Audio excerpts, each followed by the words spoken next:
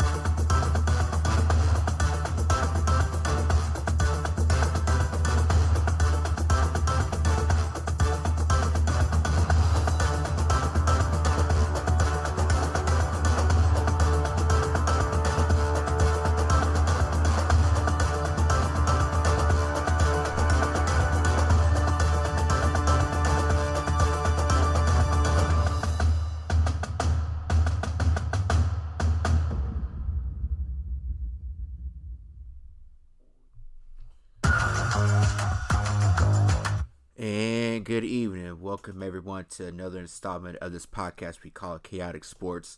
My name is Patrick Brown, your content creator and host for tonight. A lot to get into in the world of sports, and I mean a lot. There's been a lot of chaotic nightmares this week. So let's go ahead and run down our show format for tonight.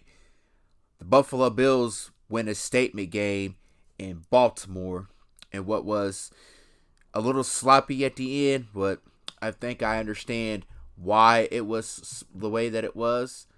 We've got the Cowboys command a win over Washington, and I've got some thoughts about those black uniforms that the Commanders wore. Stay tuned for that. Kansas City gets back to business in Tampa Bay this past Sunday night. The Buccaneers, wow. I honestly thought they were really good defense, but I guess not. We're going to see if they can right this ship in the right direction. The San Francisco 49ers bury the Rams on Monday Night Football. Are the Rams going through a Super Bowl slump right now, or was the Niners just a better team in general? Who are the Indianapolis Colts? Who are they? I think I may have an answer for this team, as this season has been crazy for them. Nathaniel, Hackett in Denver. I would tell you why, and why the Broncos should go ahead and cut bait with Nathaniel Hackett now versus later. We got an NBA topic tonight. I'm going to defend the Golden State Warriors. As an adopted Lakers fan, I only feel that it's important that I get what I need to say off my chest, because this team has been slandered for the last several weeks. Touch briefly on the Draymond Green situation as well. And, of course, the nightmarish NFL athlete who seemingly can't stay out of the news, Antonio Brown. And on top of that, I'll give you my, I got a new segment I'm introducing tonight as well. Stay tuned. And we've got the picks of the week and the upset of the week. But first, I have an announcement to make. As you all know, the Khaotik Sports Podcast is part of the GRYD Sports Podcast Network.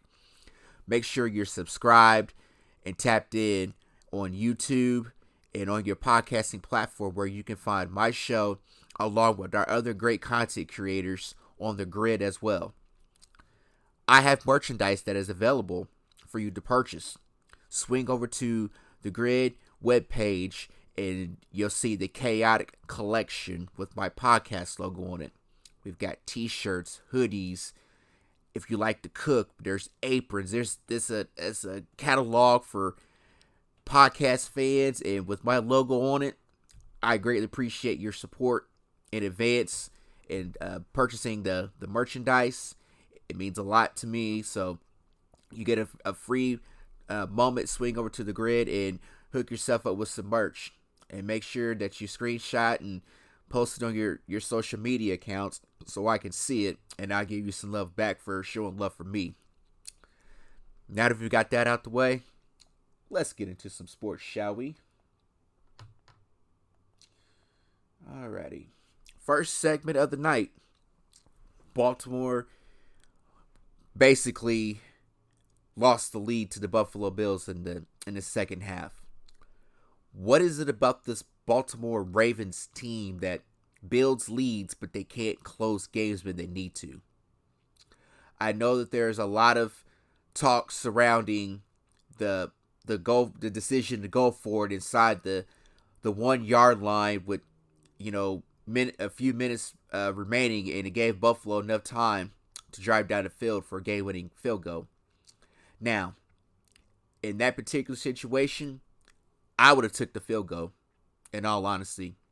You've got Lamar, who's basically your entire offense, don't have much of a run game, and your defense is just gets slaughtered every week. I don't know.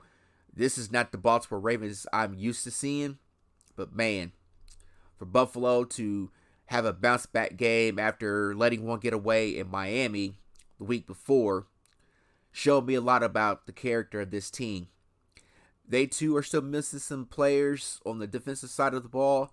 As long as you got Josh Allen and Stephon Diggs, and I like the running back room that they got with Singletary and Gabe Davis and Dawson Knox.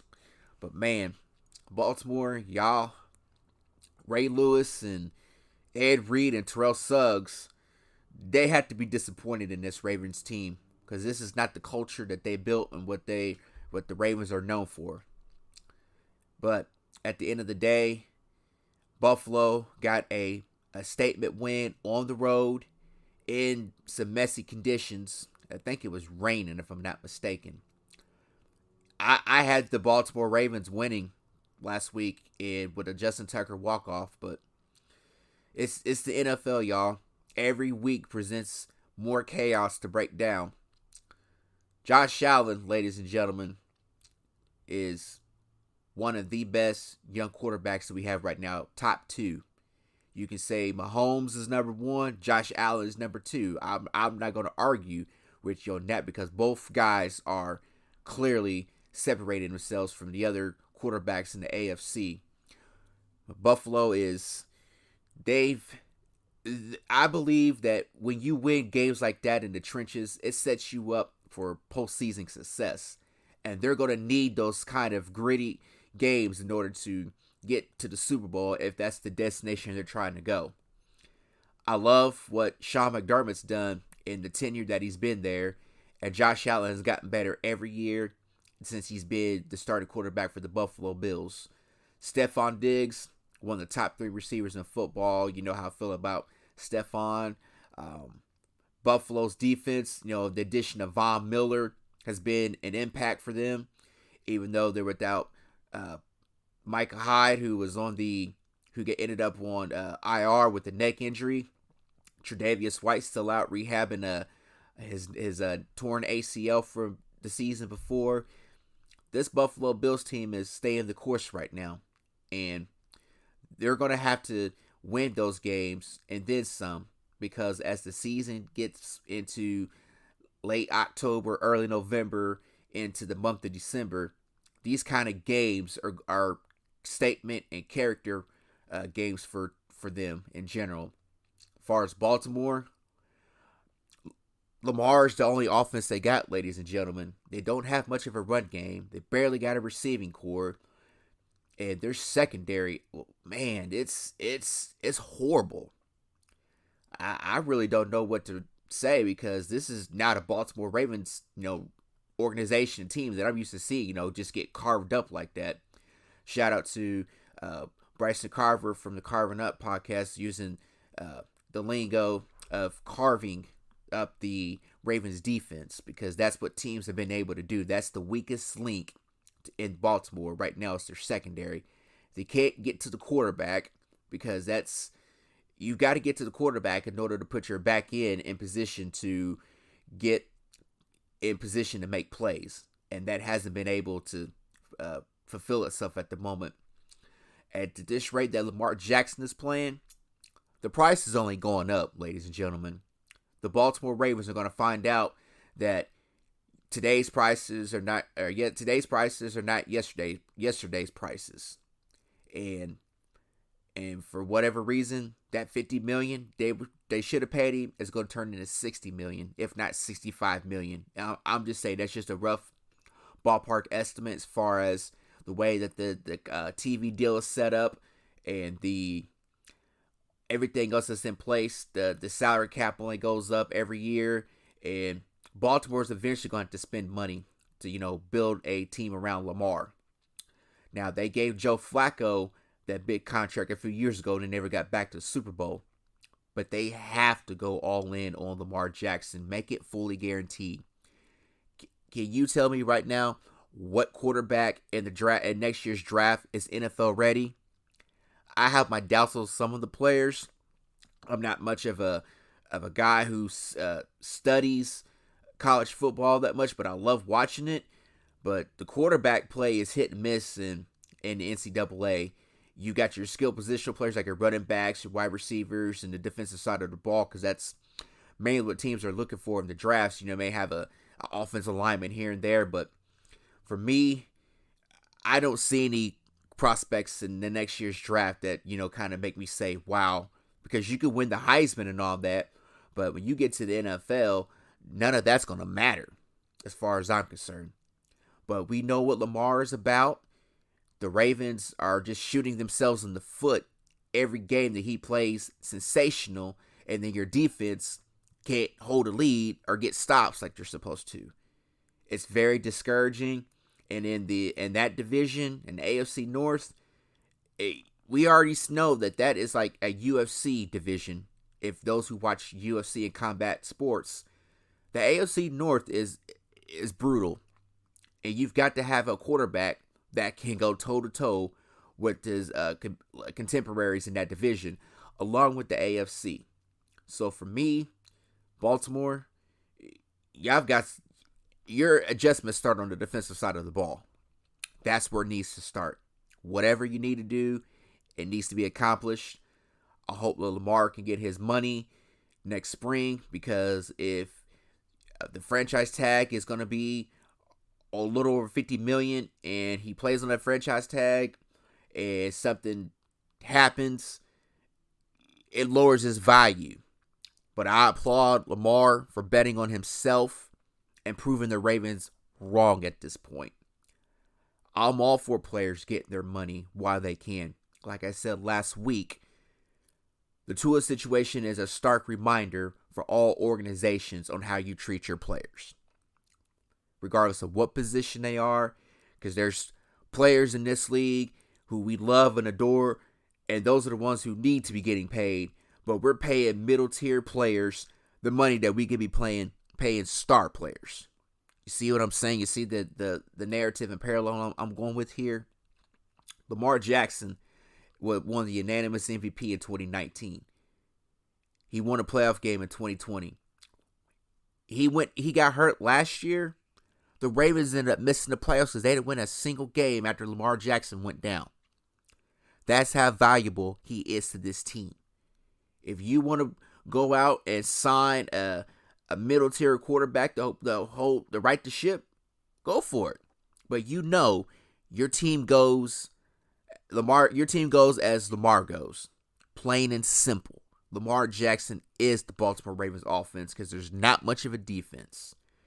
John Harbaugh, as good of a coach as he is, it's like, man, this is like almost unwatchable at times because you build these big leads and then the defense can't get a stop on that side of the ball. They're getting carved up in the secondary.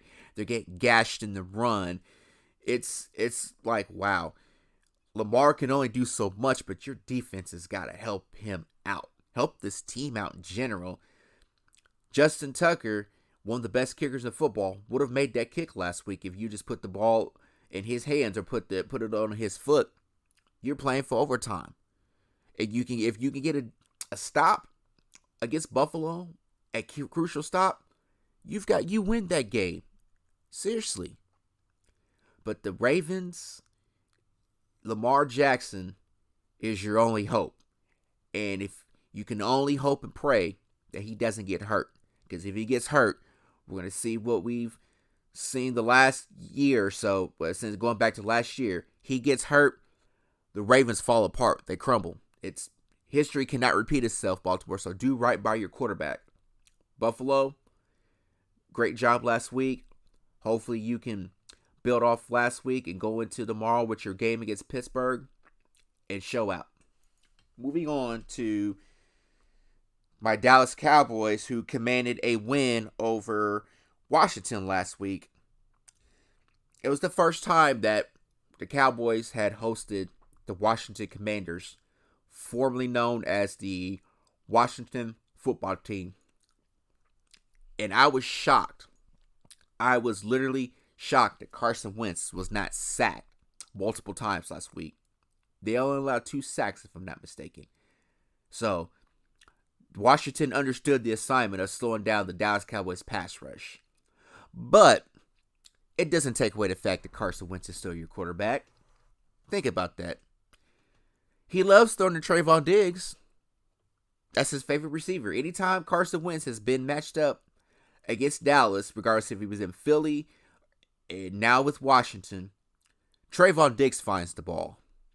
I'm like, man, Trayvon he played receiver in high school, but he made the transition to corner, and technically he's still learning the position. But man, Trayvon has taken the next step into becoming an elite corner in this league. After he was ridiculed for leading the league in interceptions last year and giving up over 1,000 yards, he went back and watched every big play that was thrown in his direction that resulted in touchdowns or chunk plays that gave up a lot of yards. That's motivation in itself, ladies and gentlemen. And I applaud Trayvon for doing all that he needed to do to make sure that he understood his mistakes and flaws and he's corrected them, and it's paying off this year. Our offense look pretty good. Cooper Rush, keep doing your thing. Hopefully you can do us a favor tomorrow and win tomorrow's game in LA, which I'll make my prediction on that game near the end of the show. But to beat the Washington Commanders for the first time in franchise history, that's big. And to the Washington fans, that little hype song that was trending on Twitter, and just retire. We want Dallas for a change. You don't want to play us, as every time you play us, we end up embarrassing you. That was I don't know. Washington fans, that we want Dallas. Yeah, the whole crowd was saying that, and whenever we show up, we still embarrass you. As far as those black uniforms, ladies and gentlemen, there are certain teams in the NFL that look good with black uniforms. The Washington Commanders do not look good in those black uniforms. I'm sorry. Wait, no, I'm not sorry. Black and yellow. It looked like a case of black Glad trash bags running around on the field Sunday. I kid you not. It looked like Glad trash bags. I was like, are those are the black jerseys? And whenever they revealed them on social media, they're wearing all black for the Cowboys game. Yep, all black for their funeral, because that's what it's going to be. Sure enough, it was a funeral. I mean, Carson Wentz is your quarterback. Your defense is decent, but it's not great. And CeeDee Lamb was able to split the defense, and that beautiful throw by Cooper Rush to start the fourth quarter, that was the thing of beauty to watch. CeeDee from Cooper Rush in the slot, that was beautiful. That was a beautiful thrown ball. I still believe that this defense is due for a big game against the Rams tomorrow in SoFi Stadium. Micah hasn't had a sack in 2 weeks. The Lion is hungry. He's ready to eat. And this defense going into tomorrow's game against the LA Rams, the defending Super Bowl champs, what are the Cowboys good at right now? Getting after the quarterback and pressures. And we lead the league in sacks. I'll make my prediction for that game at the end of the show. And to Washington, don't ever wear those uniforms ever again. Don't wear them. Just don't. Just burn them. I'm sorry. As the Hall of Famer Kevin Garnett once said to the late, great Craig Sager about a uniform or a suit that he wore, put it in that. Take one of those jerseys, put it in a Glad trash bag. Wait, you do have the Glad trash bag, and burn it. We don't want to see those jerseys ever again. I don't care what your fan base thinks. Those were hideous. Because when you wear black and yellow, and it's not the Steelers color that I'm used to seeing, it looks like you have yellow flags on your attire. That's what it looks like to me. Because the typical fan who's not used to seeing them in a black uniform of that magnitude, don't wear them again. I hope I don't see those uniforms the rest of the season. Because if not, I will come back on my show and call them out again. Because I'm a Cowboys fan. And you want Dallas, we're a nightmare to y'all from here on out. Go Cowboys. Moving on to the Kansas City Chiefs. Got back in the winner's circle Sunday night with that blowout win over the Tampa Bay Buccaneers, a rematch of the Super Bowl from 2 years ago. Ladies and gentlemen, what happened to this Tampa Bay defense? Seriously. This defense had been playing fairly well through the first 3 weeks.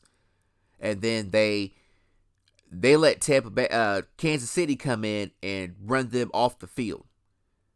From start to finish, from the time that they turned the ball over on the kickoff to the very end. The Buccaneers never got no closer than one touchdown. They get into one touchdown, the Chiefs will go out and respond. Ladies and gentlemen, Patrick Mahomes' magic is a human cheat code. I mean, it's beautiful. In a way, it's a beautiful football. And a lot of media pundits have said that, he doesn't have a great footwork and whatnot. But what he does, it looks easy. It's child's play to him. He just toys with defenses, because if he gets into a rhythm and he starts, slinging it and side arming it, you're going to have a difficult time slowing down Mahomes. That's just a fact. The Chiefs' offensive line just held him up right all night long. Andy Reid, one of the best offensive minds we have in football right now, Eric Bieniemy, and Mahomes' magic.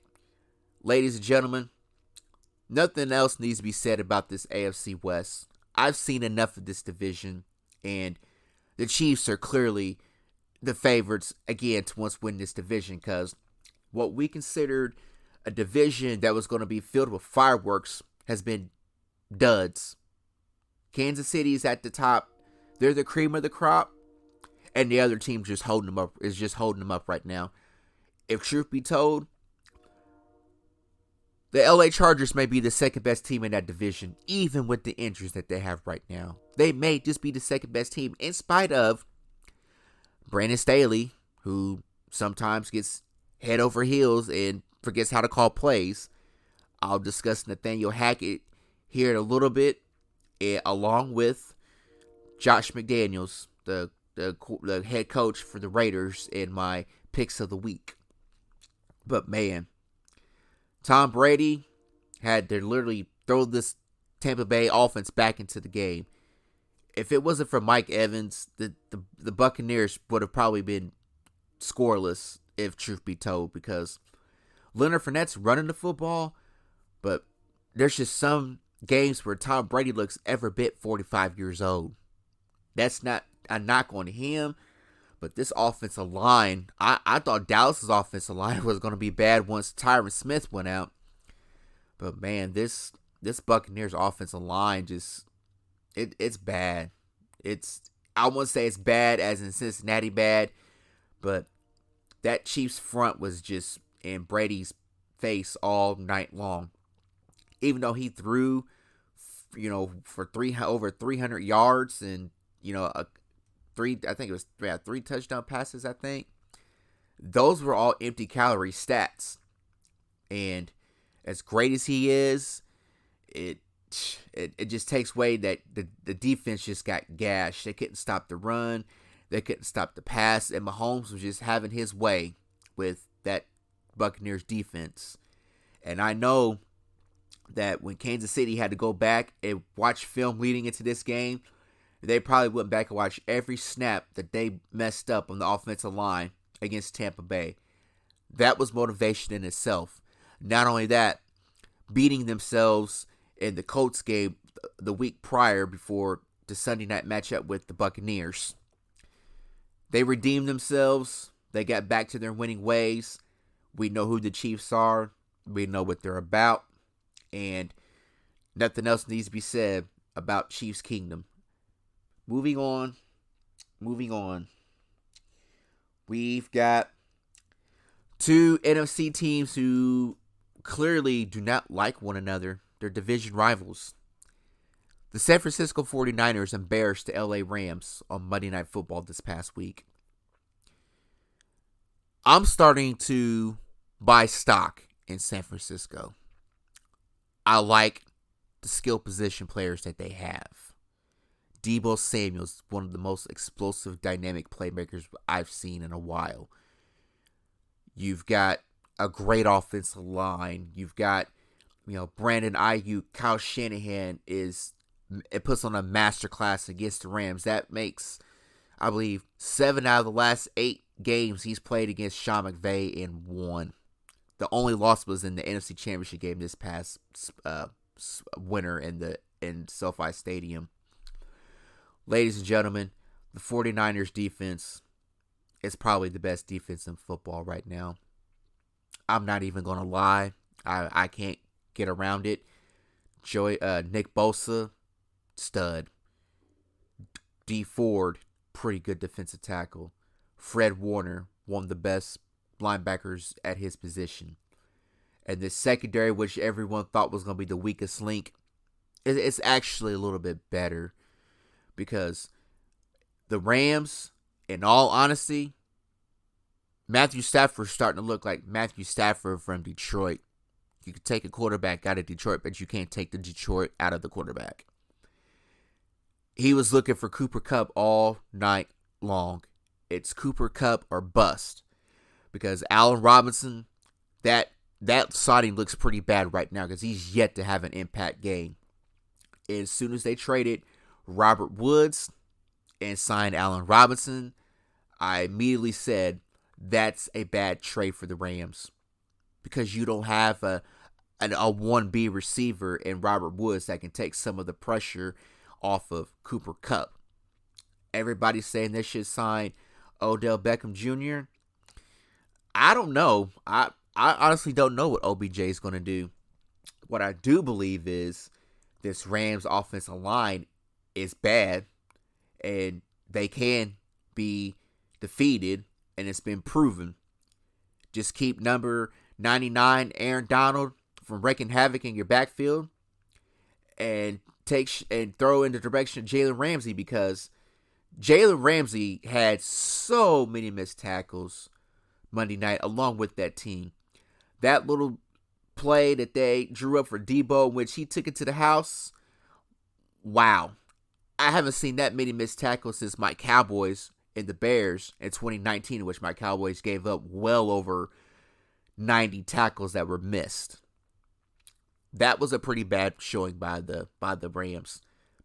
The only tackle they had that they made all night is when when Bobby Wagner tackled the fan that decided to run onto the field for his 30 seconds of shame. The only tackle made through the whole night. While I'm on this particular matter, NFL fans, don't run onto a field. Don't do stuff like that. Don't make yourself look like an idiot and a clown at the same time because you want to be seen. It's not the time or place for that. And the fan the fan that he pressed charges against Bobby Wagner, really? You're the one who ran out onto the field. Security wasn't going to be able to catch you. They were on your heels, but I don't blame Bobby Wagner for tackling the fan and giving this field security a hand. You made a decision to run onto the field to be seen on national television. Now you're going to probably face even more humiliation in this whole lawsuit that you're trying to file, because I don't think he's going to win that, ladies and gentlemen. I really don't. I understand the due process and all that, but my God. You're an idiot. You almost made the segment I'm going to introduce at the end of the show, but I'll save that for the biggest clown of the ball at the end of the show, whenever we get there. Only thing that worries me about the 49ers, and it's been well known as, general football consumers, Jimmy Garoppolo is the one player that can mess something up. The one quarterback. You've got Kyle Shanahan as your head coach and play caller. You've got a good defense, which is being anchored by Nick Bosa. You've got Deebo Samuel. You've got a pretty good run game. You got George Kittle. What more needs to be said, Jimmy G? You cannot mess this up moving forward. You have to put the ball in your skill positions players' hands. Deebo Samuel, ladies and gentlemen, is that dude. Whenever the ball gets in his hands, I just expect a highlight reel, and that's exactly what he did, carving up that Rams god-awful defense. Their Super Bowl hangover is real. I believe that anytime a team wins the Super Bowl the season before, there's a lot of expectation to repeat. The Rams are hot one week, lukewarm the next, and then they go completely ice cold like they did Monday night against the 49ers in Santa Clara. The Rams, to me, right now, we're going to find out a lot about them against the Cowboys, my beloved Dallas Cowboys, whenever I make my picks of the week. I sometimes wonder if Matt Stafford is a phenomenal quarterback or is he steady quarterback? And then we see flashes of Detroit Matt Stafford, and it's Cooper Kupp or bust for them. Cooper Kupp is the reliable security blanket. Cam Akers and Darrell Henderson can't hold on to the football. The defense is looking, and they look stranded on an island, and it's an appetite for disaster. But if there's one thing we do know on a week-to-week Sunday, it's any given. Any team can show up to play, regardless if you're a heavy favorite or an underdog. But still, it's the NFL. They're professional athletes, and they still have to go out and entertain us for 3.5 hours, a notion that nobody gets hurt. Because these concussions that's been happening, it just seems like since Tua got hurt, it seems like every Thursday night game there's been a concussion. I don't know if this is trending. I don't know why this trend is going in that direction, but it's starting to get a little worrisome. And Amazon, they should just give us gift cards for these pitiful games that's on Thursday night. I can't make this up. As a multi-billion-dollar company Amazon is, they should just give all the NFL fans gift cards as a reward for, we're sorry for this display of football that we've seen every week, with the exception of the Chargers and the Chiefs game, which was entertaining for the most part. But since the Cincinnati-Miami game, it's like a dark cloud hangs over Thursday Night Football. And I believe there was a Colts player who got concussed Thursday night. The running back, Nyheim Hines, went out with a concussion. I don't know. I think they should just do away with Thursday Night Football to protect the league and player safety, in all honesty. That's how I feel about it. It's not worth risking the players' health. It's not. You can do away with the the Thursday Night Football game. I would love to see it play on Saturdays, but this is college football season, and I want to see some rivalry games. I want to see some good college football, which we had displayed today. I'll recap some of those games near the end. But the Rams are still owned by their division rival, San Francisco. Prove me wrong until the Rams can beat them in a regular season game when it matters to a degree for division bragging rights. But the Niners are clearly one of the best teams in the NFC, and not the Rams. Moving on, the home state team, the Indianapolis Colts. Ladies and gentlemen, who are the Colts? What is their identity? Is Matt Ryan's age finally being shown? They don't have much of a passing game with, Michael Pittman Jr. is nice, but they really wholeheartedly need that number one receiver to help this offense. Two players I have in mind, DJ Moore in Carolina or Kenny Golladay in New York. Those are two receivers that come to my mind right now. You give Matt Ryan one of those receivers, the Colts can move the ball down the field. They can. They've got a pretty decent offensive line, but the skill positional players it's not working. You need that guy. You need that number one receiver. I said this a few weeks ago, and I said it on my social media accounts. If you don't have that number one receiver, that 1A, that alpha dog, that alpha male on your receiving core, you don't have nothing. I've been proven right. I've seen this before with my Dallas Cowboys a few years ago. It only works when you have quarterbacks such as a Tom Brady that can take practice squad and second and third string guys and make them household names. It's the system that they're in, that they play in. Tom Brady is an all-time great player. He's the only one outside of Peyton Manning, Drew Brees, Phillip Rivers, Eli Manning, on those caliber quarterbacks that have made it work. The Indianapolis Colts, they draft really well. Chris Ballard has done a phenomenal job. But, man, you've got to invest in your receiving room. You have to. Matt Ryan looks every bit of his age right now. And he just seems out of sorts sometimes. I don't know if it's just, like I said, a new place with a new start and a new offensive playbook. But this defense, credit to this defense, because that game with them Thursday night at Denver, once again, bad display of offensive football. The Colts, Stephon Gilmore still has some athleticism left in him.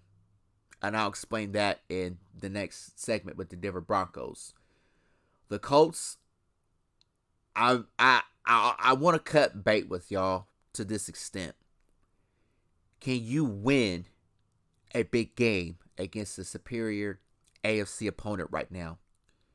For the last 2 years and counting, all I've heard is they're a quarterback away from being in the Super Bowl. You won 11 games with Phillip Rivers in 2020. You won 8 games last year, if I'm not mistaken, 8 or 9 games with Carson Wentz as your starting quarterback. You've got Matt Ryan.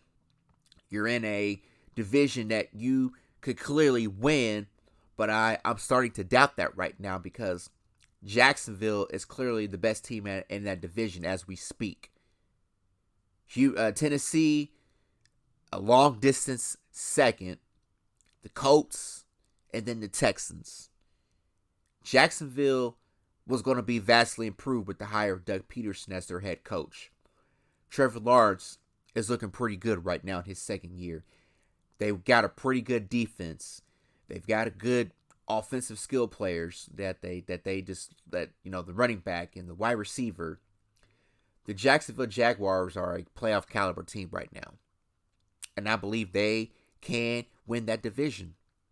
They just have to take care of Tennessee. That's their only team that they need to worry about because they own the Colts.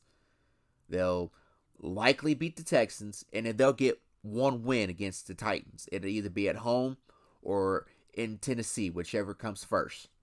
But Indianapolis, what's your season going to amount to this year?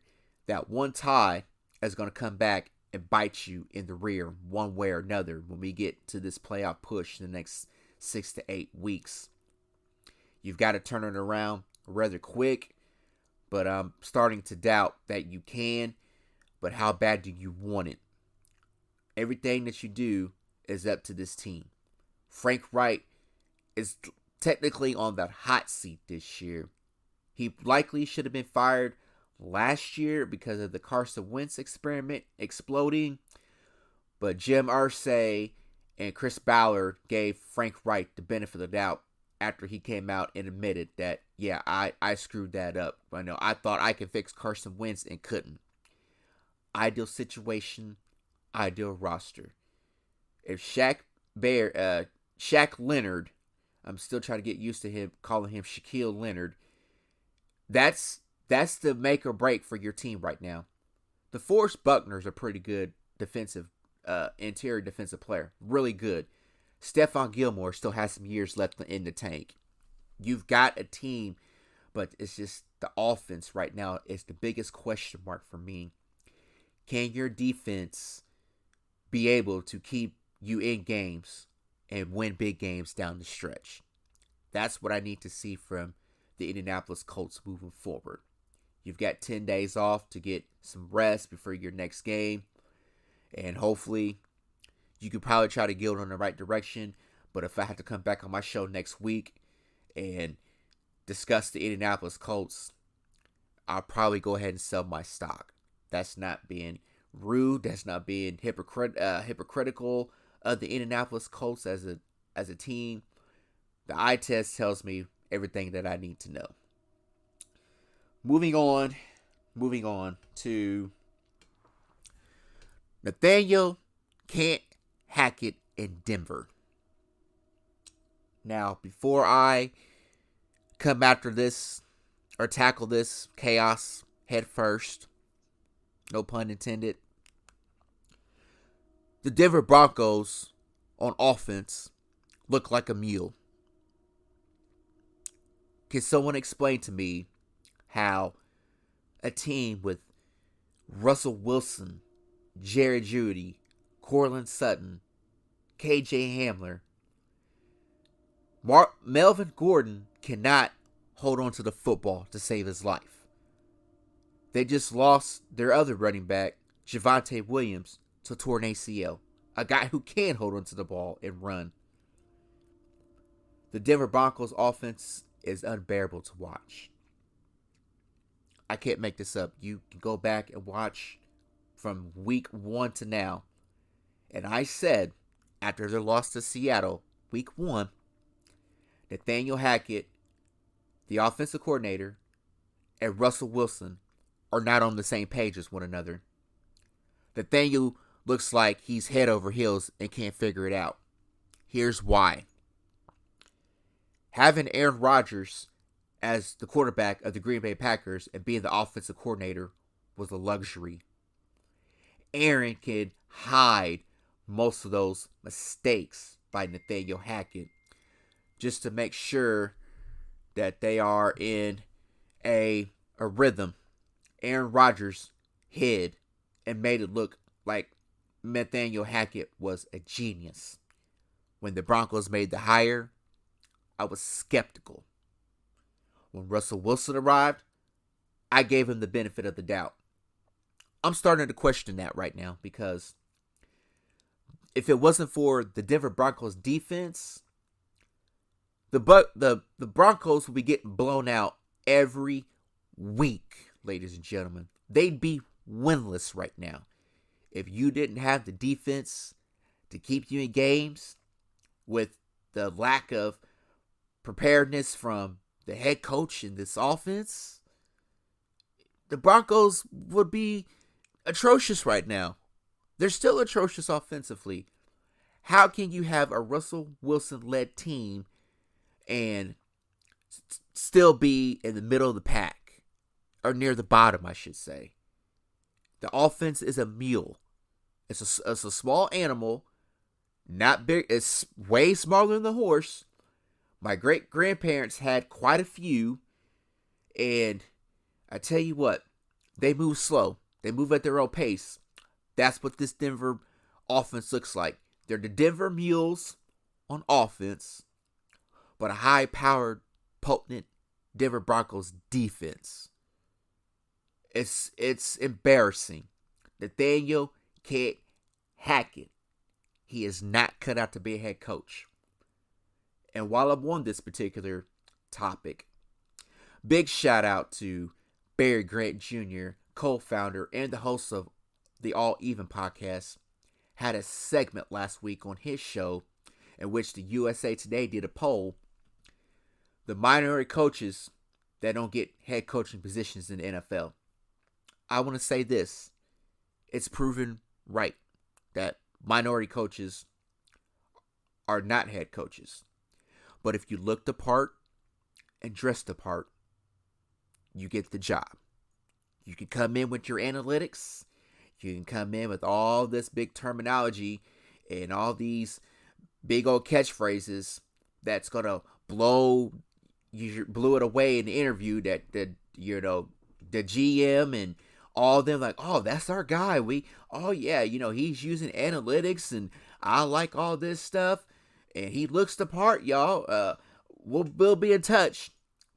But if a black coach walks into the room in his nice suit and has a game plan, he's got a playbook for the offense and who he's going to hire as his staff, defensive coordinator, and do a roster evaluation and really puts forth the effort to try to get the job, those are the ones that get shunned.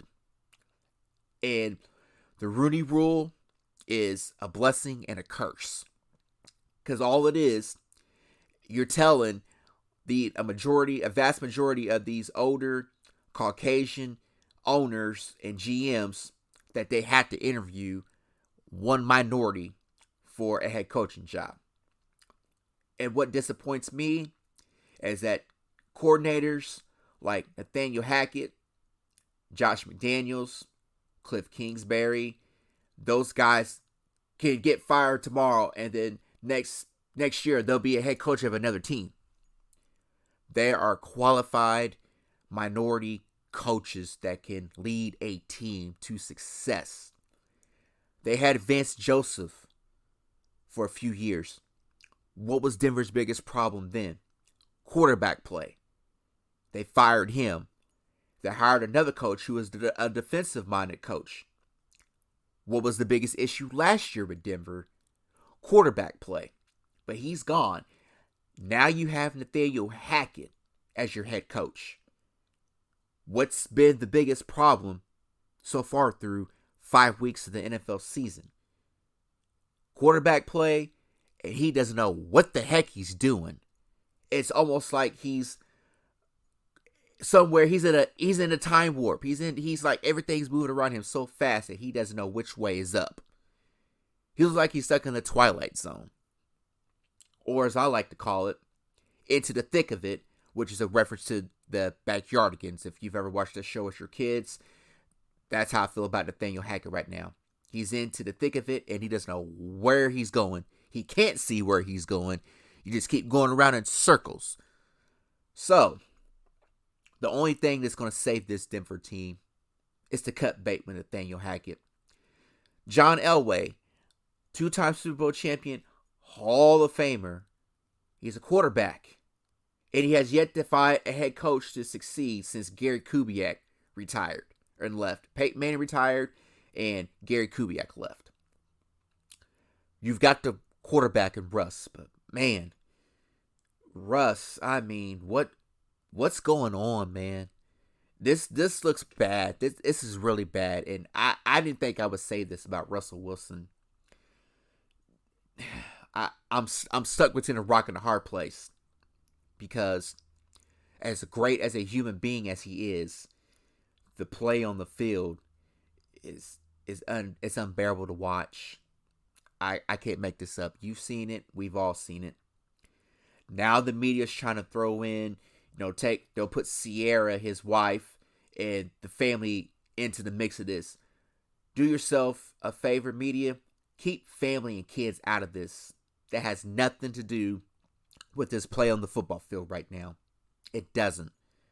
Players are taking shots at him, rightfully so, but that's their opinion about Russ. I look at Russell Wilson as a great human being, humanitarian, and what he's done. Maybe being in a new situation and a head coach who clearly doesn't know how to coach, let alone prepare a team to play every week, is starting to show.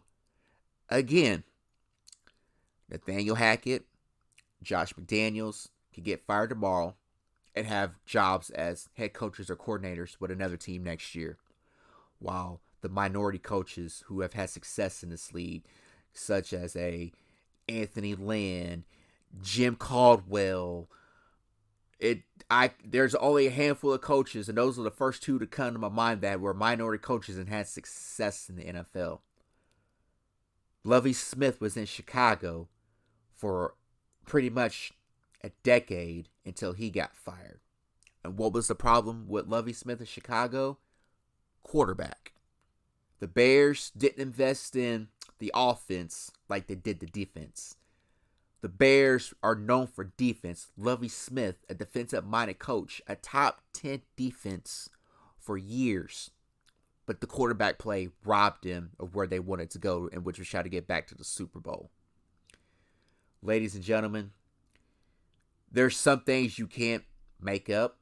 There's certain things that you can't, disguise, but you can dissect the chaos. I just hope for the simple fact of the minority coaches that they are able to reestablish themselves and remind these GMs, older GMs, that they are capable of leading a group of men to success. But a vast majority of these GMs and owners will shun them because they don't look the part. If they don't talk a certain way, they don't, buy into, play into this conservative fan base of some sort, as we've seen with some teams. Bill Belichick's still the same coach he's been for the last, 30-something years. Bill Belichick wears sweatpants and a hoodie to press conferences. I'm sure whenever he got the job as a Patriots head coach, that's what he wore. Was maybe I want to say maybe some slacks, maybe a polo, but Bill Belichick is a proven winner.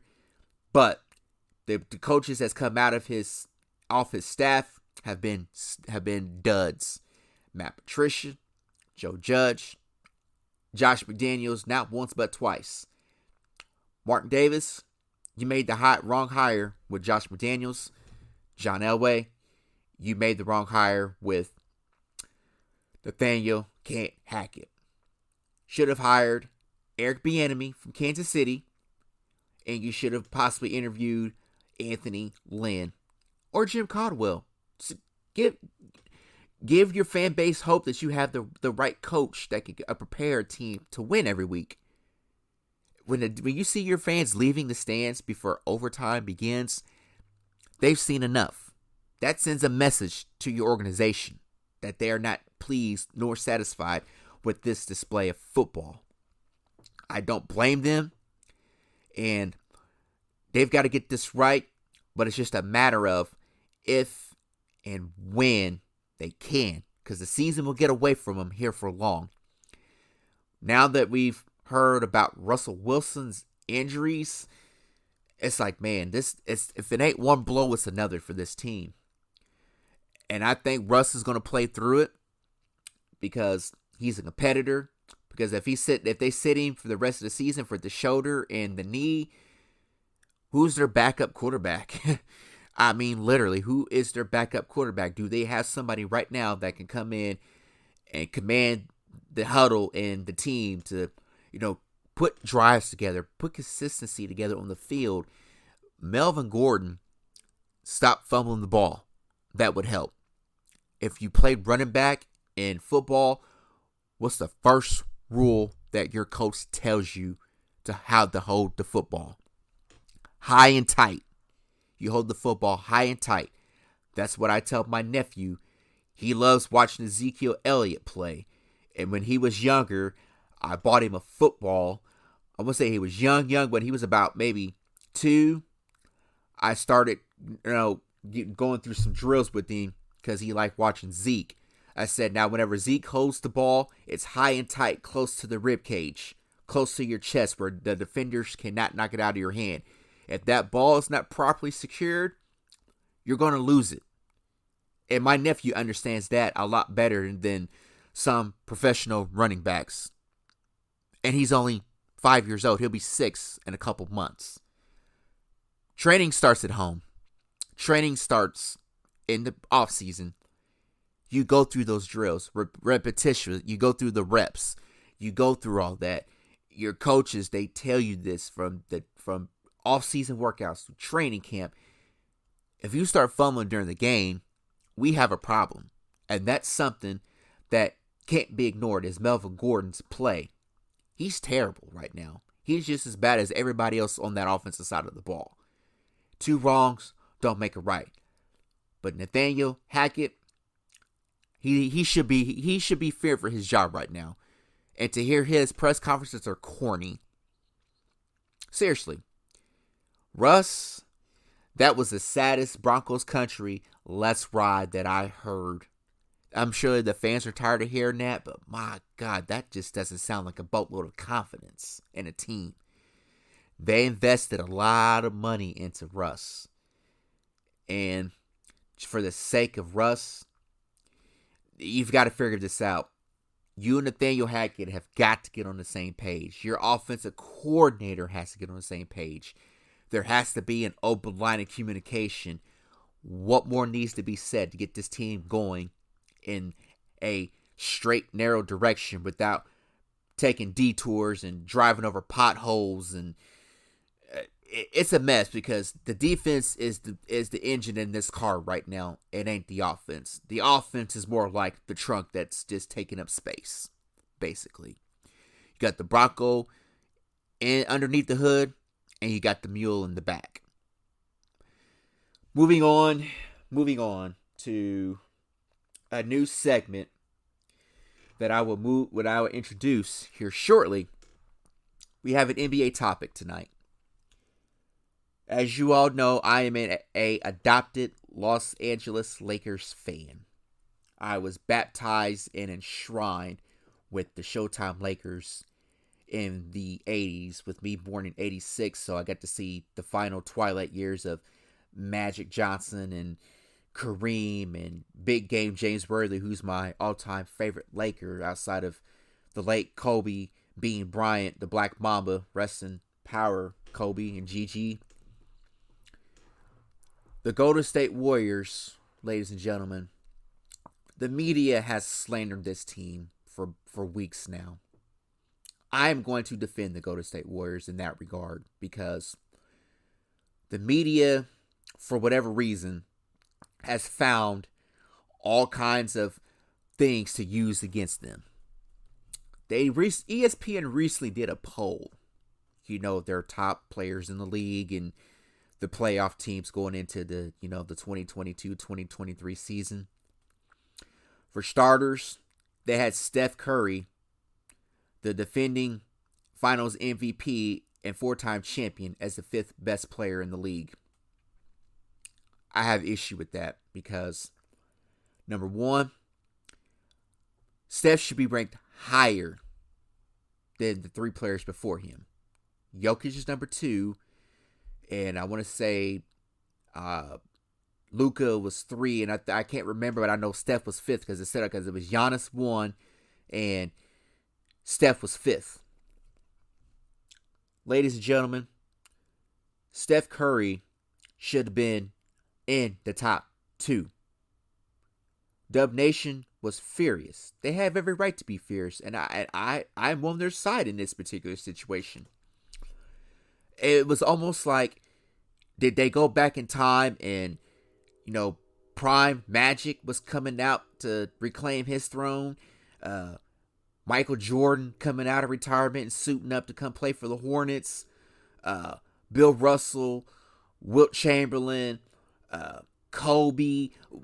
Where did they come up with this? Like, how did Steph Curry be ranked 5th coming off of a championship season? I need some explanation for that, because Spordell Stephen Curry II, look at what this guy did this year. The greatest shooter we've ever seen in the history of the NBA. He passed Ray Allen on the 3-point record. He won the Kobe Bryant NBA All-Star MVP and LeBron's former kingdom. He won the Magic Johnson West Finals MVP, and then the recipient of the Bill Russell NBA Finals MVP. He led the Warriors to the NBA Finals. The bus driver finally gets the due credit that he deserves. Everybody was saying, oh, Steph can't lead the Warriors without KD. He needs KD in order to... Ladies and gentlemen, Steph Curry won before KD and after KD. What has Kevin Durant done since he's been in Brooklyn? 1 playoff series win. Steph Curry won the series this year. His team won first round, semi, West Finals, and to cap it off with the NBA Finals in Boston. And for them to say that Steph Curry is not worthy of being in the top 2 is blasphemous. Dub Nation, I'm on your side. I'm coming for the media because he deserves better. Wardell Stephen Curry II deserves better. He does. What Steph has done for the game of basketball, you can't tell the story of the evolution of basketball without Steph Curry. He evolutionized the 3-point shot. He made the 3-point shot look effortlessly on a nightly basis. He does. Pulling up from 30 feet is a free throw for him. It's easy. It's easy money. It is. And for everybody to still have hate for this guy needs to stop. Steph Curry, we can't take his greatness for granted. And the media is. They're taking it. Well, he's a 6'3" guard and he's not 6 foot or 6'6", 6'8", 7 footer. You can't build a team around a 6'3" guard. Ladies and gentlemen, national media, take your Stevie Wonder glasses off. Please. No disrespect to the great Stevie Wonder. But Stevie Wonder will be able to see greatness in Steph Curry. The media, it kind of pisses me off sometimes, excuse my language, because whenever you start going through the league and it's like, Steph Curry, he's a little guy. But he put on some muscle this year. He extended his prime by doing that. Ladies and gentlemen, Steph Curry extended his career. He's a better shooter. He's going to be able to withstand contact, physicality.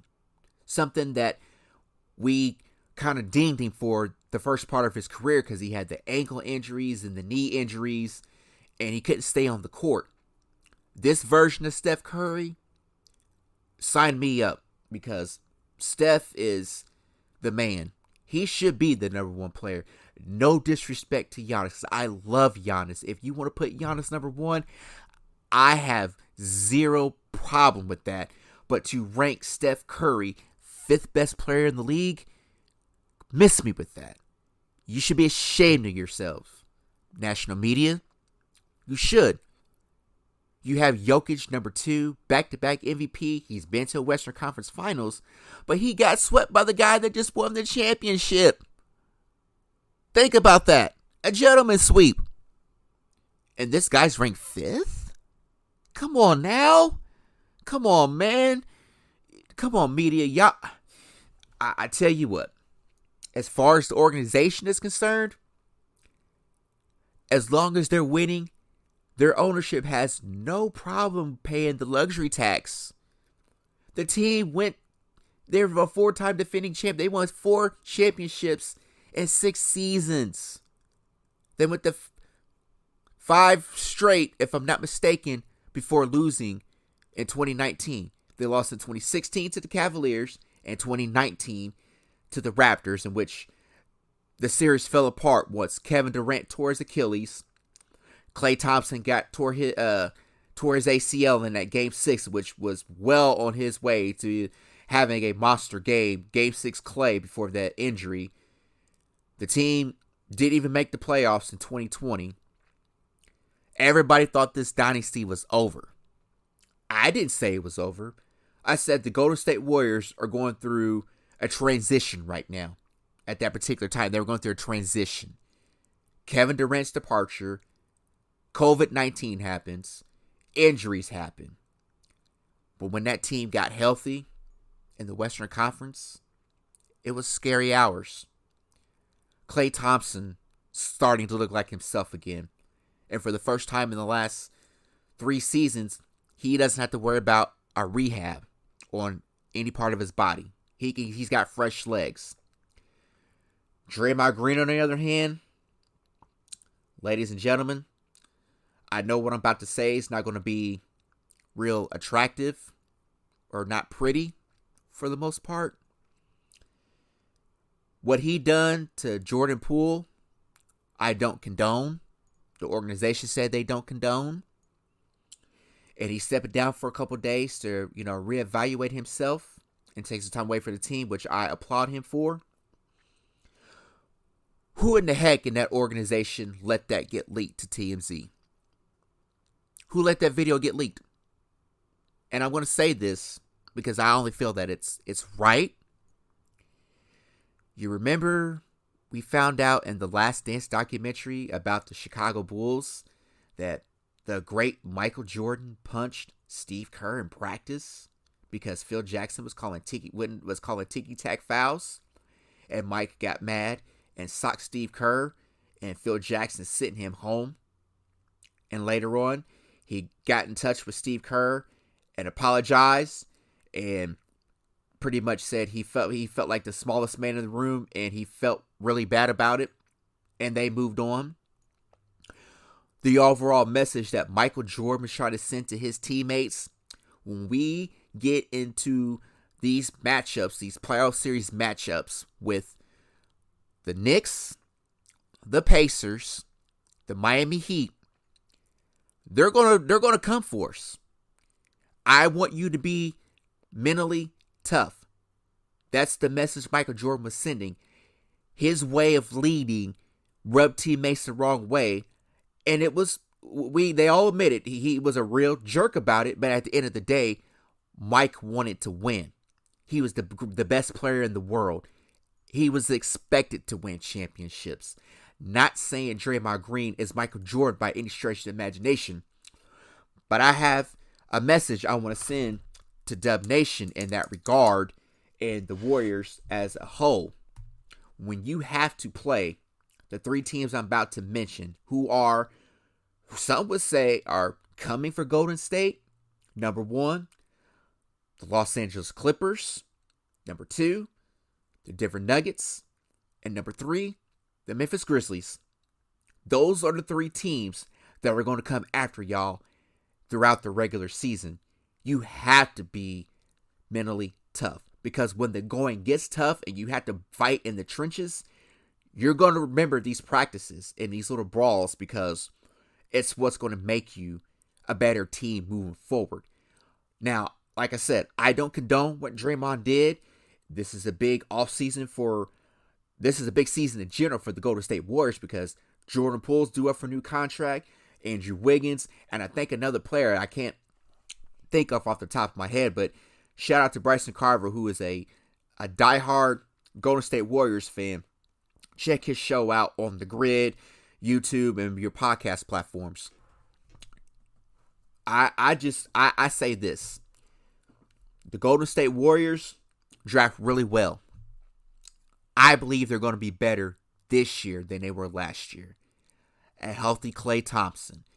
You got Jonathan Kuminga, Moses Moody, and oh yeah, James Wiseman is going to be a year older. There's a reason Kenny Atkinson stayed in Golden State versus taking the job in Charlotte and backing out of that deal. There's a reason that the Golden State Warriors are being hated on right now because they're winning. They are the gold standard in this decade of NBA basketball. I cannot make this up. I am defending Golden State. If you want to inbox me about it, feel free. But men lie, women lie. Numbers and accolades don't lie. Golden State is the champion as we speak, the defending champion, until someone knocks them off their throne. Until then, national media, stop slandering the Golden State Warriors. Dub Nation, I hope I was able to address that in a professional manner. And I look forward to opening night with you all in a few weeks when you get your ring ceremony against the Lakers, in which I'm already prepared for now for it to be a loss. But it'll be a wonderful night for that team in general to get the banner and the rings and whatnot, and see Steph and LeBron and Draymond and Klay. It's must-see TV. I'm looking forward to that game, even though I work night shift. I'll probably go back and watch the highlights, but Golden State, good luck this year from a Lakers fan. Moving on, I should say, to the new segment. This segment I thought about for a few weeks leading up to the debut of my sports podcast. Shows have their own segments. You know, you have the Shaq and the Fool. My guy Barry has Dummy of the Week. Other shows have their own swagger.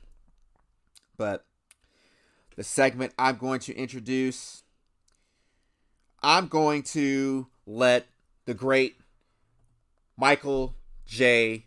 White introduce it for me. Hang on one second. Let me get this situated here. And I'm going to slow the speed down a little bit so you can hear it. And here we go. Here is the segment, and the recipient will be... Enough from the Clown. This week's and the debut segment of Enough with the Clown is Antonio Brown. No shocker there, folks. No shocker there. Antonio Brown, I have had enough. And when I say enough, I'm going to spell that segment capital E, capital N, capital U, capital double FF with the THA clown with a K. We have had enough of you.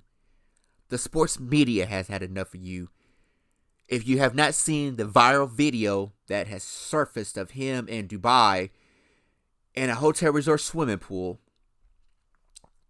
I don't know if anybody I don't know if anybody told him, but the last time I checked, that was indecent exposure, which is a crime in the U.S. I believe it's an international crime as well. I don't know. Somebody correct me on that. But he was in this hotel resort swimming pool, chilling, on the poolside, minding his own business, and there were some bystanders there.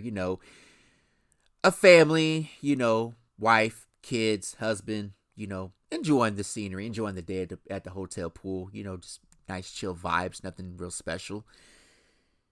I don't think they knew that he was a NFL athlete. When I saw the video, it was little to the imagination. He had the nerve to get all up in this woman's face, butt naked. And she was laughing as she was enjoying it. And I'm like, that's sexual assault, ma'am. Do you not realize that? That's disgusting. You have a grown man's behind all up in your grill, naked buttocks. And to make matters worse, he lifted himself out of the pool with no swim trunks on and exposed himself. Ladies and gentlemen, I believe Antonio Brown should not be allowed to step on the football field. That was disgusting. That made me sick. If I had been over there and was as an American citizen and had my camera, I would have went to the hotel desk. I would have went to the front desk receptionist and said, "Look, there's a man out here exposing himself to everyone in the pool.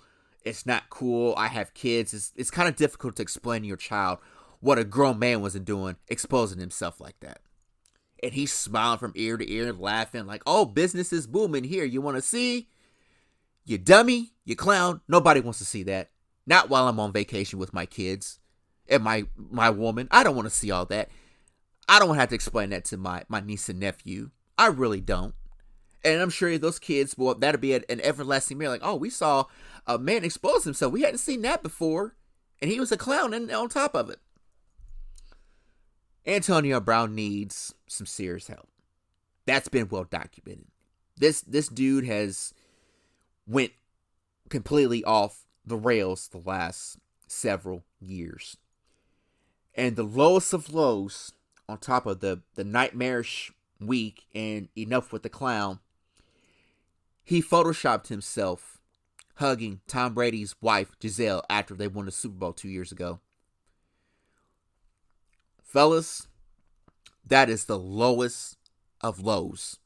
Regardless of what Tom Brady and his wife Giselle are going through right now, that's still that man's wife. For AB to do that, he wants attention. He's starting to become the NFL version of Kanye West. To that extent, he wants attention. As long as we're giving him a platform to do this crazy stuff, he's going to do it because he knows everybody's going to click on it. Point blank. Period. I have a new song concept for him, an idea. He has a song, "Put That Bleep On." How about put some clothes on? Do that. Put some clothes on. We don't want to see your naked behind in the pool. It's disgusting.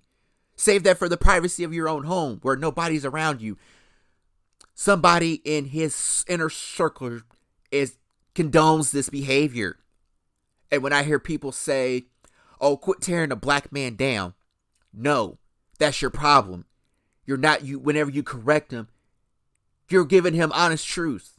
You're not tearing him down. You're giving him stuff that he needs to hear. But in AB's world, he's a saint. The AB persona has really took over him from Antonio Brown, the man, the father. And you have kids and you're doing stuff like that. You have a daughter. Now, what if somebody did that to your child at a pool, at a hotel, or wherever the case may be? How would you feel about that? I know what I'd do. I'd call the law. That's just me.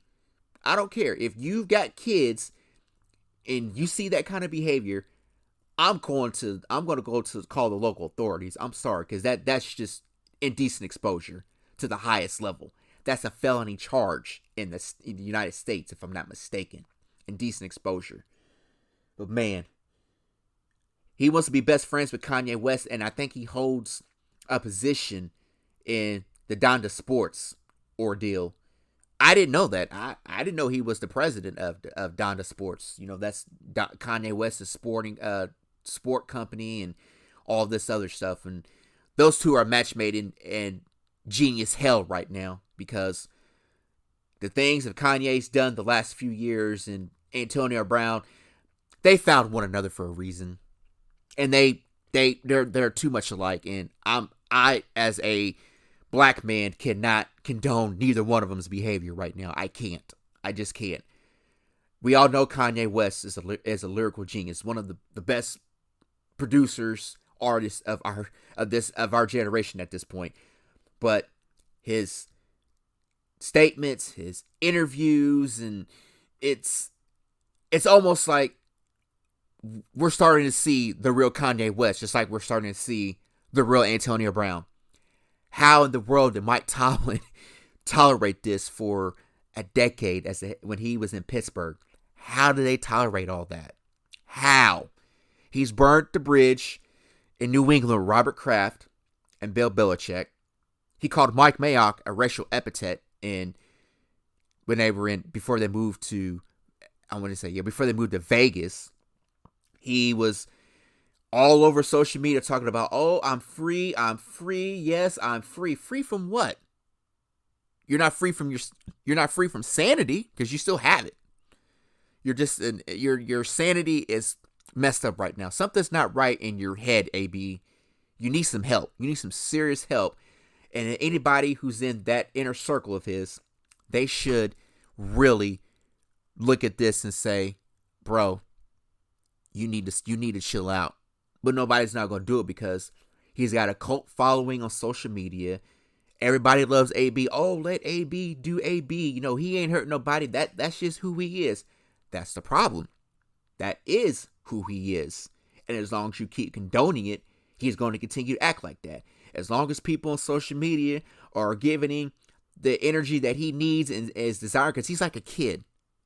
He wants attention. He's like that. You have siblings, and you got that one sibling who does stupid stuff for attention. That's Antonio Brown. That's him. He has the mind of a child. He's not an adult. And just listen to him talk. It's like, man, dude, I don't know. How did you manage to get through school? Something's not right with AB, and it's been well documented the last several years.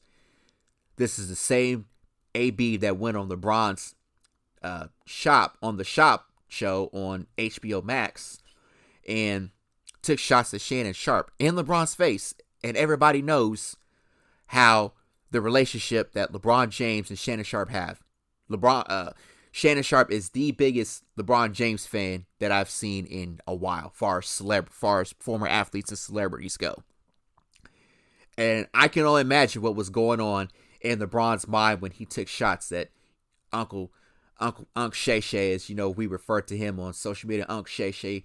If you listen to this podcast, Club Shay Shay, check it out. Great podcast as well.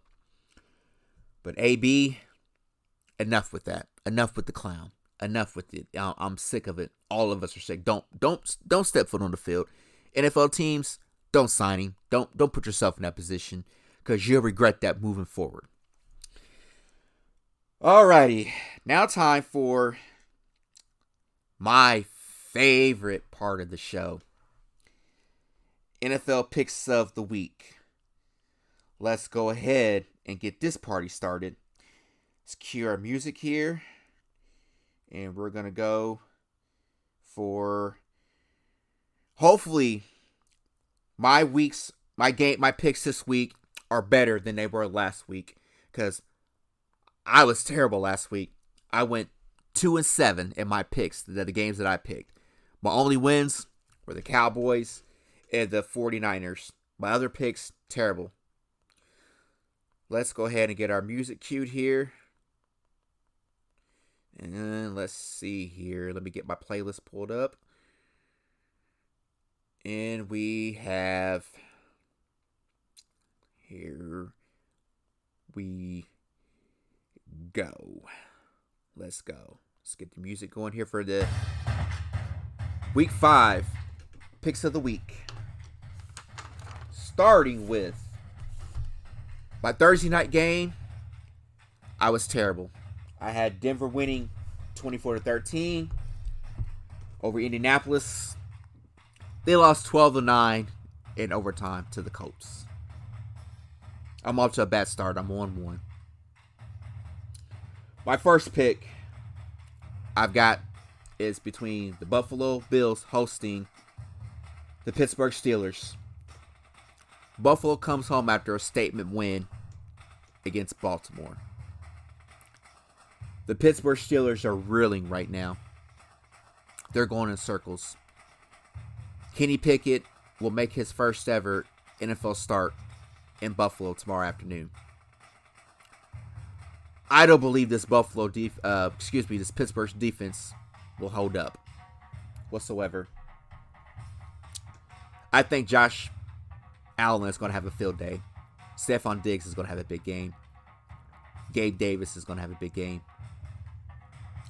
This Buffalo defense is going to make Kenny Pickett's day a living hell. Von Miller leading the way.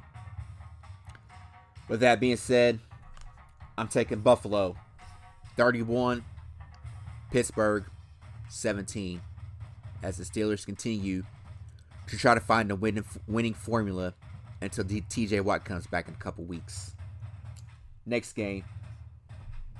The New Orleans Saints host the Seattle Seahawks. Surprisingly, the Seahawks are 2-2. The Saints are coming home to play after a double doink in London last week to the Minnesota Vikings. I believe the Saints will regroup defensively. Offensively, Andy Dalton's going to have to pretty much keep this game close. I think Tyrann Mathieu has a couple picks. But it's going to be ugly for the most part. It's going to be ugly. Seattle's going to hang in for as long as they can. But I've got the Saints winning 28-21 over the Seattle Seahawks. Next pick. The Detroit Lions travel to New England to take on the Patriots. The Patriots are down to Bailey Zappi as their starting quarterback. The offense is a train wreck. And the defense is keeping them in games, but the offense isn't really doing much. Detroit has the number one scoring offense in the NFL, but ranked 32nd in scoring defense. The last team that accomplished this feat was the 2001 Rams, if I'm not mistaken. Had the number one scoring offense, dead last scoring defense. The Detroit Lions will have a field day against this New England defense or offense because it's a train wreck. You got Matt Patricia and Joe Judge calling plays. Bailey Zappi as your backup quarterback that's going to be starting. Jared Goff is probably going to have a pretty good day. If the Lions can close this game and not give it away, they can win. I like the Lions in this game. 35-20 over the New England Patriots.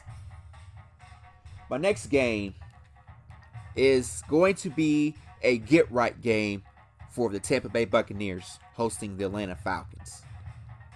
After this Buccaneers defense was shredded by the Chiefs offense last week, it was probably a long week of preparation for them. Atlanta will be in this game early, but I think the Buccaneers defense will get to Marcus Mariota. Atlanta has Drake London and Kyle Pitts and Cordell Patterson. They've got a few guys on defense, but I'm not real familiar with them. With that being said, I trust Tom Brady. I believe they'll win. I believe they'll have a bounce back game. They'll get the ship going in the right direction. I'll give the Tampa Bay Buccaneers the victory over the Atlanta Falcons, 28-13. Next game, Tennessee travels to Washington to take on the Commanders. You already know who I'm picking in this game. I trust Tennessee's defense more than Washington's offense. Quarterback, Tannehill's just slightly better. Derrick Henry's going to run wild on this Washington defense. Therefore, give me Tennessee 29-14 over Washington. Next game, a team that I talked about earlier, who's probably the best team in the AFC South right now. The Jacksonville Jaguars host the Houston Texans in the AFC Divisional Showdown. I like Jacksonville in this game. They gave Philadelphia a run for it last week in sloppy conditions in the rain, and it was cold. But the Eagles still won. Jacksonville is hosting Houston. Houston's been in some games, but can they win one? Get in the win column? I don't believe they can. Jacksonville is clearly the better team, better coached. Give me the Jacksonville Jaguars to beat the Houston Texans 30-14. Moving on to the later afternoon game that I picked. The San Francisco 49ers traveling to Carolina to take on the Panthers. 49ers are better in every facet of the game, every level. The Baker Mayfield experiment is done to run its course. This team is atrocious. Sam Darnold will probably come back in a couple weeks if I'm not mistaken. Matt Rule took shots at Baker Mayfield after the loss to Arizona. The Carolina Panthers are a dysfunctional mess right now. Or as I like to say, a chaotic mess. Baker Mayfield is a backup at this point. Christian McCaffrey, decent player, injury prone. DJ Moore, he can play, but this Carolina offense is not clicking. I think the 49ers defense has a big day against Baker Mayfield. I think they sack him a few times. He throws an interception. Deebo Samuel's the best dynamic offensive player in football right now. I like Kyle Shanahan over Matt Rule. Give me the 49ers 38, Carolina 17. My upset of the week, ladies and gentlemen. This team has surprised me thus far. The team I'm about to mention has had 2 wins on the road, statement wins on the road against pretty good teams. They've had kind of a couple letdowns at home. But this is a classic AFC East showdown between the New York Jets taking on the Miami Dolphins.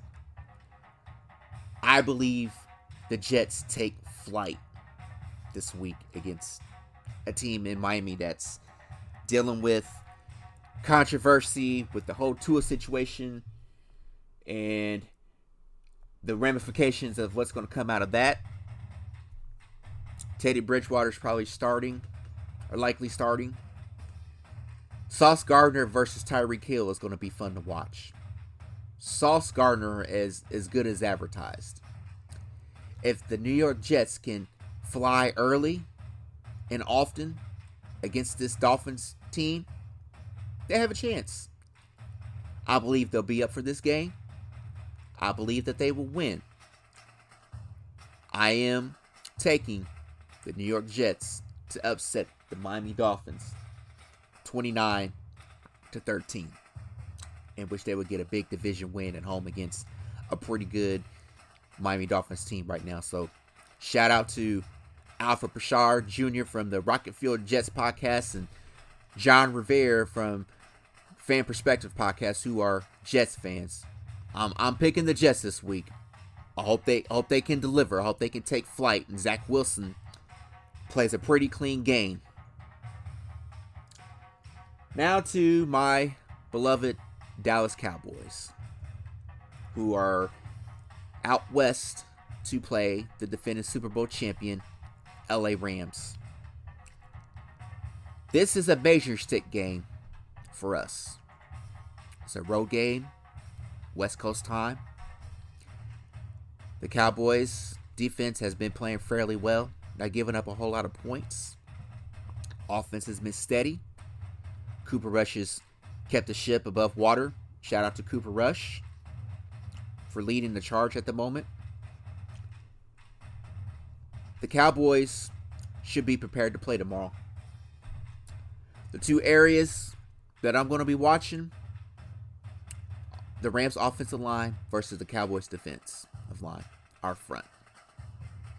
Micah Parsons is hungry for a sack, if not multiple sacks. DeMarcus Lawrence has rediscovered the fountain of youth. Sam Williams is due for a big game. Dante Fowler has played. I was skeptical of that free agent signing, but it's paying dividends right now. We get Jaron Kearse back in the safety room. That's huge right now for us. Huge. To have the three-headed monster back together with Jaron, Malik, and Donovan Wilson. Donovan Wilson lives for those bang-bang plays at the line of scrimmage. He lives for those. Great tackler in space. Trayvon Diggs will likely have the assignment of taking away Cooper Kupp. Allen Robinson has been a disappointment at the moment for the Rams, as I stated earlier, with the Rams, losing to the 49ers. Cam Akers and Darrell Henderson can't run the ball. Just Rams' offensive line is bad. The only thing that keeps them in this game, Aaron Donald will try to get going early, but I pray my Cowboys offensive line can neutralize number 99. Neutralize him. Keep him from taking over a game, because once he starts getting in the backfield, we're in trouble. I need Cooper Rush to play his best game in this stretch right now. I need him to play this game as good as he can in the best way possible. I would like to see Kevontae Turpin get on the field in this game. Get the Rams defense moving. Get them moving around. Mix it up a little bit. Use your weapons at your disposal. And hopefully whoever's playing left guard tomorrow, because I know it was reported that Jason Peters has been ruled out because of a chest injury that he suffered in practice. This game right here is going to feel like a playoff game. It's a home game for the Dallas Cowboys, because there's more Cowboys fans in Los Angeles than it is Rams fans in general.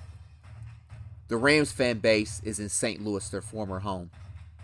If you would look on the map and ask individuals around Los Angeles, California, who they prefer, the Rams or the Raiders, who were originally in LA back in the day before they went back to Oakland and went back to LA, then should have been in LA over the Chargers, but that's neither here or there. Point is, there will be a lot of navy blue and white tomorrow in SoFi Stadium.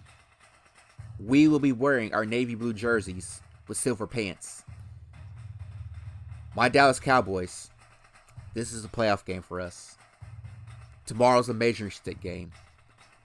This is going to tell us everything we need to know about Cooper Rush and this offense going up against the Rams defense. I believe the Cowboys defense, that is, makes Matthew Stafford's life a living hell tomorrow. Micah Parsons, DeMarcus Lawrence, Trayvon Diggs is going to have a big day tomorrow. I think Cooper Kupp has under 10 catches tomorrow. I believe he does. I just hope we can run the football and run it down the Rams' throat, get some play action going, and hopefully my Cowboys will get out of SoFi Stadium tomorrow afternoon in time for the next Sunday showdown with the hated, bitter rival, the Philadelphia Eagles next Sunday night on Sunday Night Football from the link. With that being said, I'm taking the Dallas Cowboys 28, the Rams 10 points.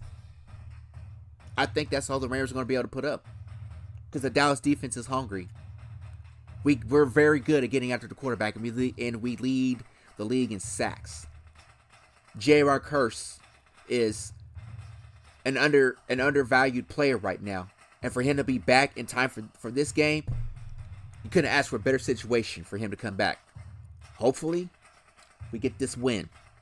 Cooper Rush, go do your thing. Rush. But play with confidence. Play with poise. Do what you've been doing, but you've got to take it up another level tomorrow against the LA Rams. And if the Rams were to lose, we're having a different discussion next Saturday night. Bet on it. To the Sunday night game. AFC North showdown between the Cincinnati Bengals and the Baltimore Ravens.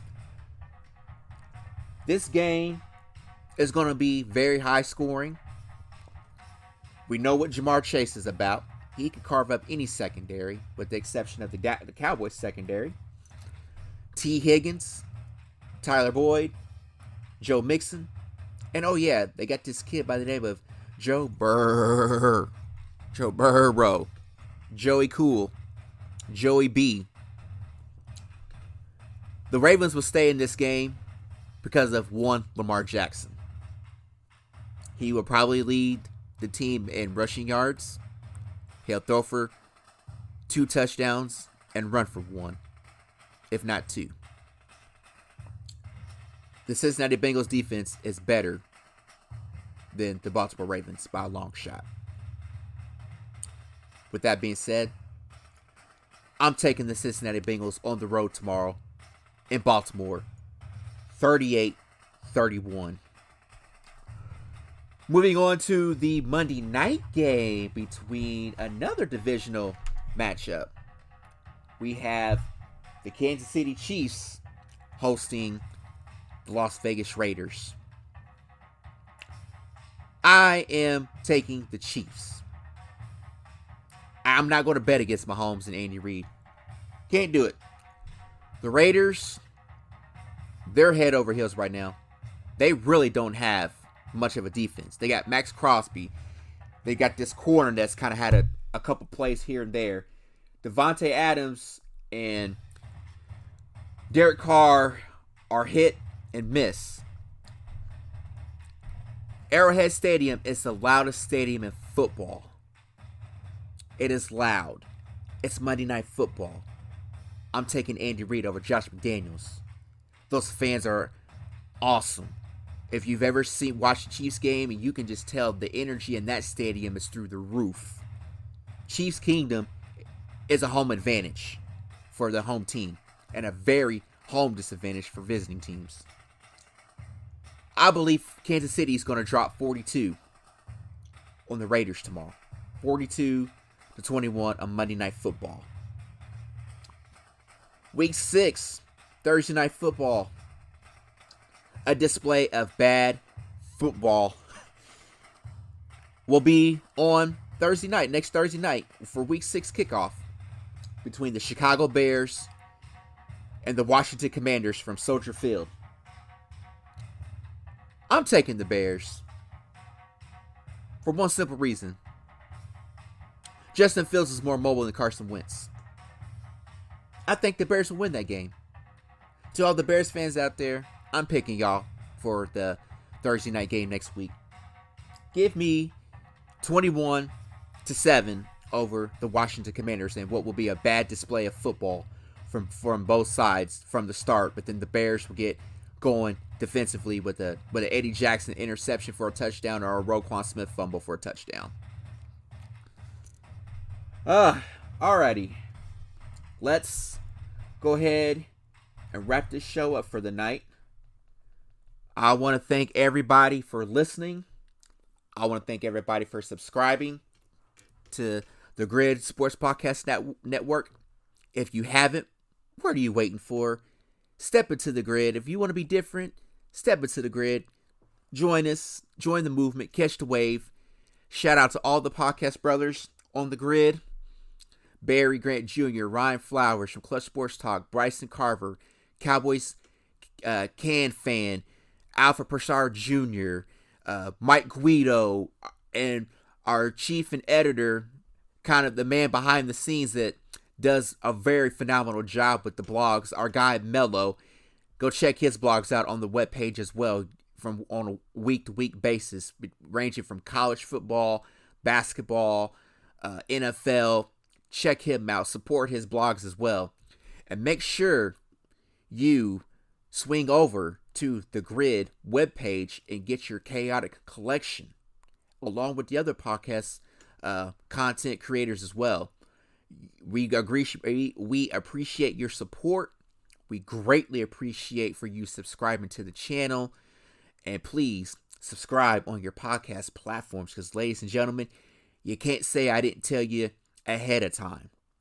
That is all of the chaos for tonight. I am out of here.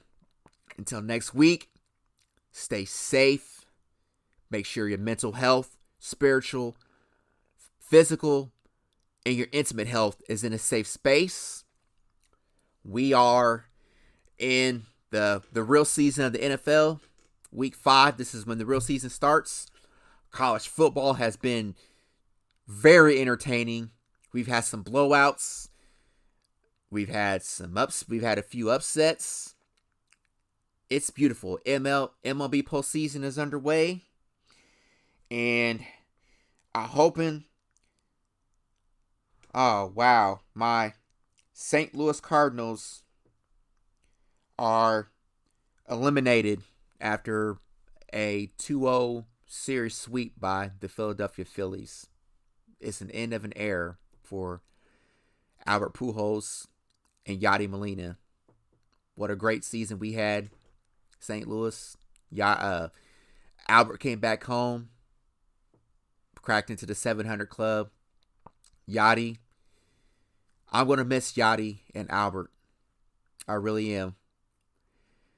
I am a St. Louis Cardinals fan, and I'm sad that Albert Pujols and Yadi are retiring after tonight. I really am.